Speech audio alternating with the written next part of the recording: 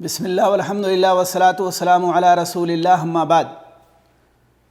محترم بھائی اور بہنوں، ابو قتادہ انصاری رضی اللہ عنہ کی حدیث ہے کہ اللہ کے رسول صلی اللہ علیہ وسلم سے یوم عرفہ کے روزے کے بارے میں سوال کیا گیا تو آپ صلی اللہ علیہ وسلم نے فرمایا یکفر السنۃ الماضیہ والباقیہ، یعنی گزشتہ اور آئندہ سال کے گناہ مٹا دیتا ہے۔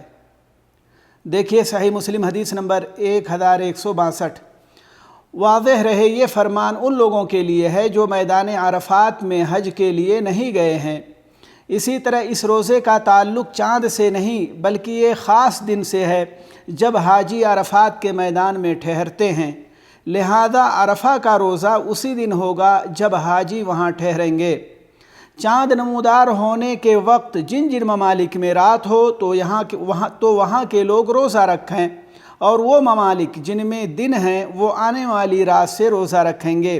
لہذا بر صغیر کے مسلمانوں کو چاہیے کہ وہ عرفہ والے دن روزہ رکھیں۔ محققین کی نگاہ میں یہی رائے زیادہ مناسب ہے۔ اللہ تعالی ہمیں ایک بنائے، نیک بنائے۔ وصلی اللہ وسلم علی نبینا محمد۔